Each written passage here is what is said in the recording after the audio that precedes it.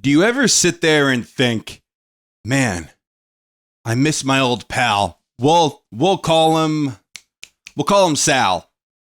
I miss my old pal Sal. I wonder what he's doing. I wonder what he's up to. So what you end up doing, you call Sal up and say, hey, Sal, listen, brother. I want to catch up with you. I miss you. Come on over. I'll buy the Entenmann's crumb cake. I'll make some coffee. If you want to bring anything over, you're more than welcome to.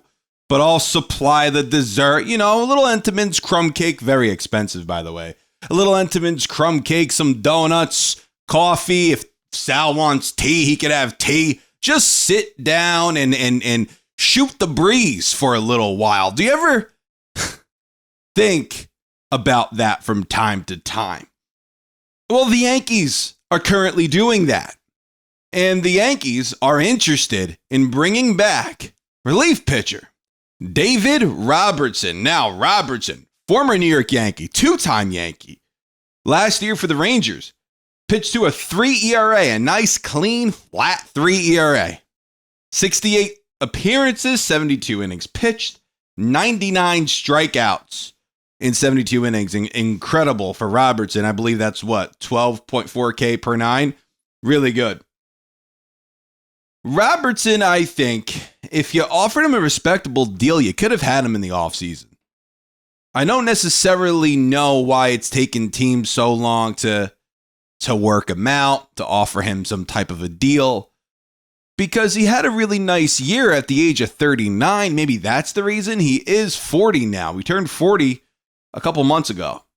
And Kirby Yates, who's also older, not as old as Robertson, but older, pitched for the Texas Rangers last year, had a really good season, earned himself a one-year deal for like $12 million from the Dodgers. So maybe Robertson saw that and said, hey, that's what I want. But at the same time, I guess Robertson, he represents himself. He doesn't have an agent. So maybe that played a factor into everything. I don't know. At that point, I don't know. But what I do know, what I'm aware of, is that I'm sure he could have been had in the offseason. And he would have been really helpful right now. And that's why the Yankees are working him out or going or attending a workout of his. The Mets are doing the same, so they won't be the only team trying to attempt to sign David Robertson. But the Yankee bullpen hasn't been good. I think the most reliable pitcher out of that bullpen, call me crazy, is Tim Hill. I feel comfortable with Tim frickin' Hill more than anybody else. Luke Weaver, he was that guy for me. Not anymore, unfortunately. I don't know what happened to him. It really is a shame. Hopefully he could bounce back and have one heck of a second half. We need him to. Devin Williams, he's pitching better, but he's still a little shaky. It still makes me nervous. Mark Leiter Jr. on the IL, but even when he was healthy, he wasn't really pitching all that great. In the beginning of the year, he was pitching okay. Now, not so much. And as I said, he is in the IL. Fernando Cruz on the IL. The Yankees need some arms. If I have to watch freaking JT Brubaker coming in an important spot, if I had hair, I'd yank it out. Right out of the scalp. Right out of the freaking scalp. But I don't have the ability to grow it there anymore. You know, I'm not that old, as you could see. I mean, maybe you might think I'm freaking 82. I don't know. But David Robertson is a guy who I would most definitely welcome back. Two-time New York Yankee. He pitched for Aaron Boone back in 2018. 3.23 ERA and 69 appearances that year. 91 strikeouts. And he's always been a high strikeout guy, David Robertson. A career 11.8 K per nine. But we'll see what's going to happen. We'll see if the Yankees are able to bring him back or if the Mets bring him back or somebody else. Because, quite frankly, I think that might be the more inexpensive route to take.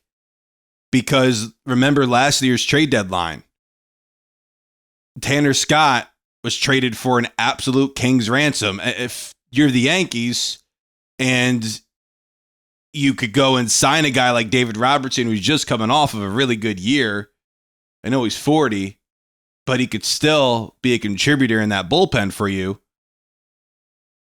if you could do that, just offer him money rather than surrendering prospects, well, that's the way to go. We'll see what ends up happening. We'll see if he even wants to come back to the Yankees. We don't know. I think that would be a nice story. I think if he were to return and retire as a New York Yankee, it's like, hey, he spent 9 seasons here. That's incredible. 9 years.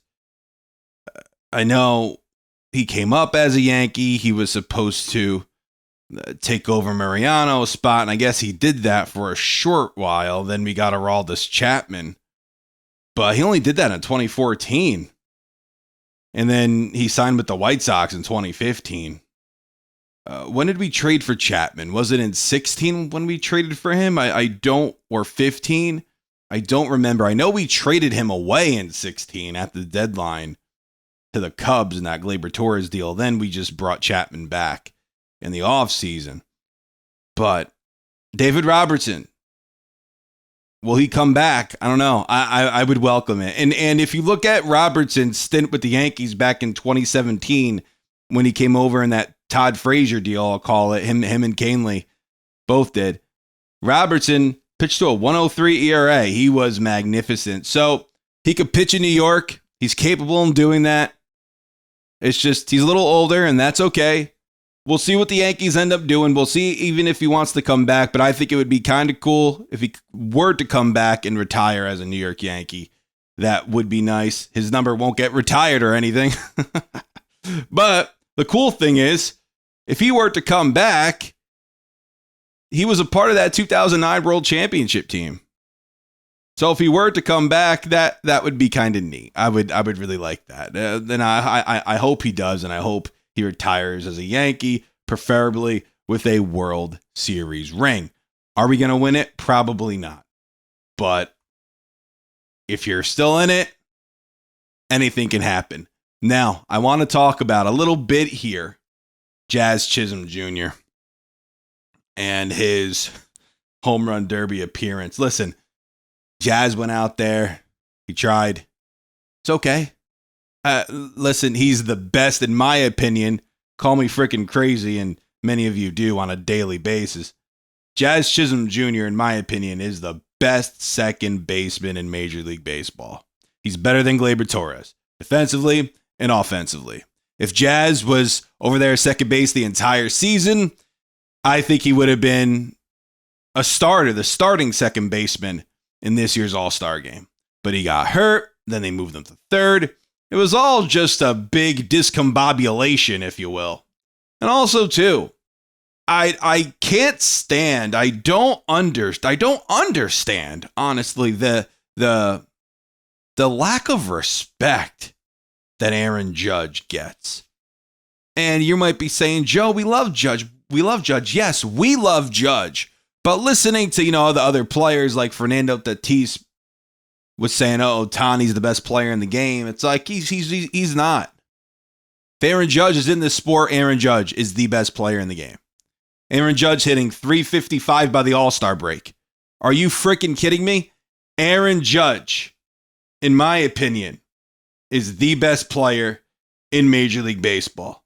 And these other teams, these other players, they have to know that. Aaron Judge, by the All-Star break, hitting .355, 35 home runs, a 7.1 WAR. Are you kidding?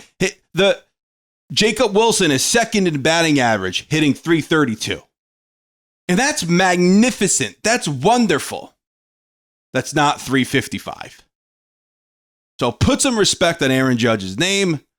Don't rag on Jazz because of the not so great showing in the home run derby. It's okay. And will the Yankees bring back that old friend in David Robertson? You let me know what you think down in the comments. Thank you guys for watching. Take care.